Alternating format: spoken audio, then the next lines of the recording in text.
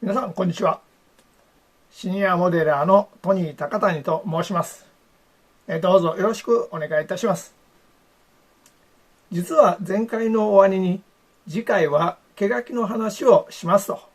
予告いたしましたが、どうも話が長くなりそうですので、今回と次回に分けてお話ししたいと思います。それで今回は手書きの触りの話になってしまいますけれど、どうかお許しください。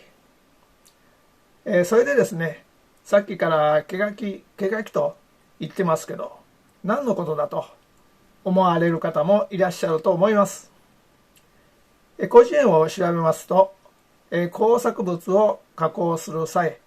機械工作に必要な線を非工作物に描く作業、手書き台の上に非工作物を乗せて手書き針、通すかなどで行うとあります。鉄道模型では真鍮板に傷をつけて車体の窓やドア、雨どいなどの位置を描いていく作業のことですが、ペーパーで車体を作る場合も手書きという言葉が使われているようです。もっともペーパー工作の場合は鉛筆で描きますが、真鍮板では鉛筆でも描けなくはないのですけれど、描いた線が見づらかったり擦れて消えてしまったりもしますので、このような、手書き針というものを使用します。針が、太いものと細いものと、私持っていますが、どちらも先端は鋭く、尖ってます。私は力を入れて深く掘る作業にはこの太い方を使ってます。細い方は作業中に針先が、見やすいんですけれど、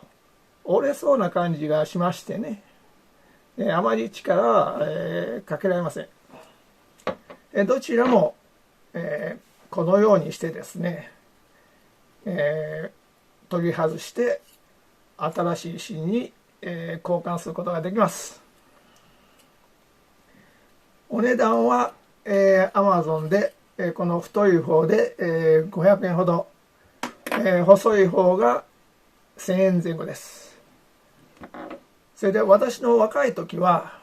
ネット通販なんかありませんでしたんでね、こんなのどこで入手できるか分かりませんでした。それでですね、このような目打ちという道具、当時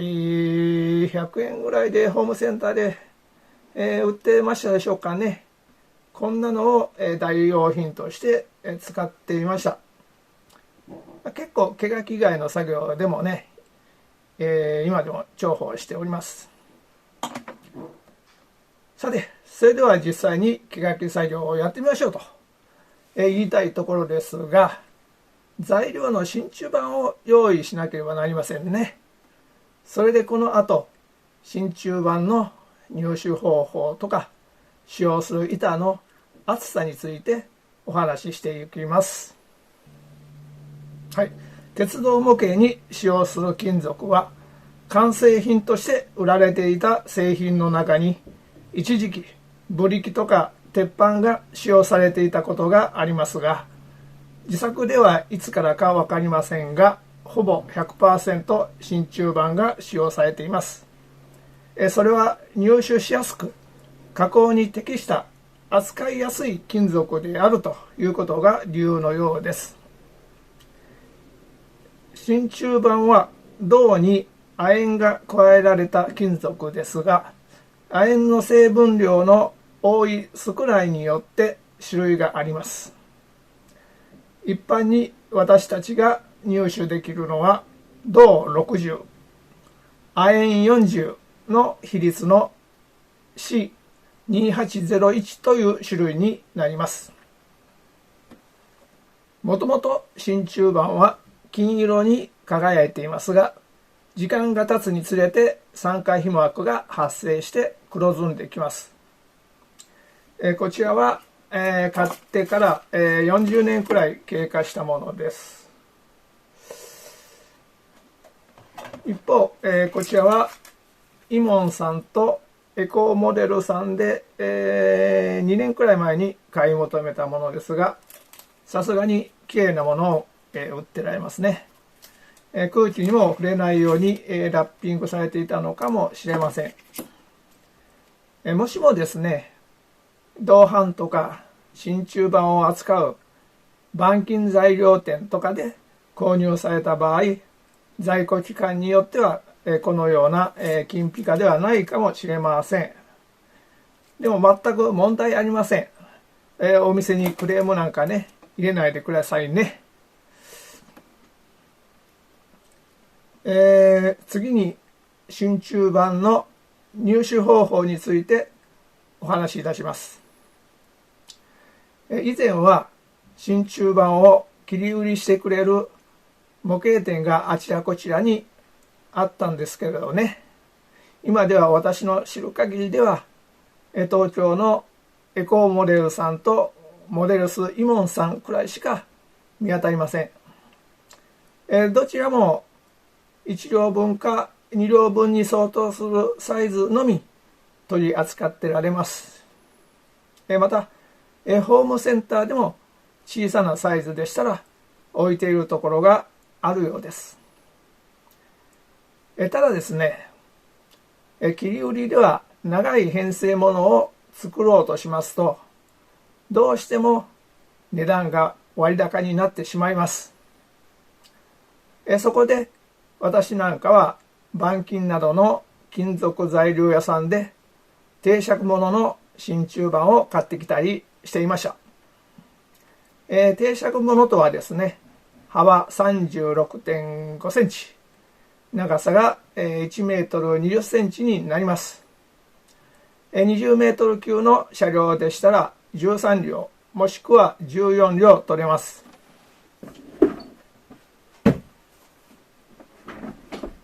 このようなのが、定着物。これで70センチです。あと50センチ使いましたんでね。これぐらい1メートル20というとかなり大きくなります。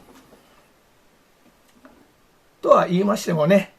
真鍮版を扱う金属材料屋さんがどこにでもあるわけではありませんのでね、以前は住まわれている場所によっては入手困難な状況であったと思います。ところがですね、もう今の世の中ネット通販が盛んになりましてね、最近 Amazon でも取り扱っているようでして、例えば厚さ 0.3 ミリの真鍮版の定着物が送料込みで4500円くらいで売っていました。値段としてはそんなに高くないと思います。他にも60センチとか30センチの長さで切り売りもしてますのでね、興味のある方はご覧になられたらと思います。中央ゲージで車体を自作する場合は一般に 0.3 ミリまたは 0.4 ミリの厚さの真鍮板が使用されます。実際のところ 0.3 ミリか 0.4 ミリかどちらを使えばよいのか、今でも私にとっては難しい選択になりますのでね、はっきりとこれを使ってくださいと、皆さんにお勧めすることができません。ただ使用に適した折り曲げ機があればですね、0.4 ミリでもいいんですけれど、木型を使って屋根のカーブに曲げる場合は 0.3 ミリの方が曲げやすいです。ただ 0.3 ミリは熱にやや弱いのでね、80ワットとか100ワットのハンダゴテを同じ場所に当て続けると熱で真鍮板が波打ったりしやすいのでね、ハンダ付けの、作業は慎重に行わなくてはなりません。一方で 0.4 ミリは木型を使った場合慣れないと曲げにくいです。50年も前に初めて屋根の曲げを、やったのがこのキハ80なんですけどね、見事に曲げを失敗しましてね、最近まで、放置していました。それを、屋根のカーブを曲げ直し、ボコボコの、側板を、かなり削って修正したりしましたが、これが 0.3 ミリだったら、こんな乱暴な扱いができなかったかもしれません。まあどちらを使用するかというのは、ケースバイケースだと思います。とは言いましても、私は2つほど決めていることがありましてね。一つは箱物の機関車。例えばこういう箱物の機関車です。こういったものは、ウエイトを積んでかなりの重量になりますのでね、少しでも丈夫なように 0.4 ミリを使います。それと、前面とか連結面つま板、こちらも強度を考慮して 0.4 ミリの厚さを使っています。実際にどちらの厚さのものを使用するかにつきましては、私が言うよりも皆さんが実際に体験されて、その感覚でお決めになられたらと思います。どうか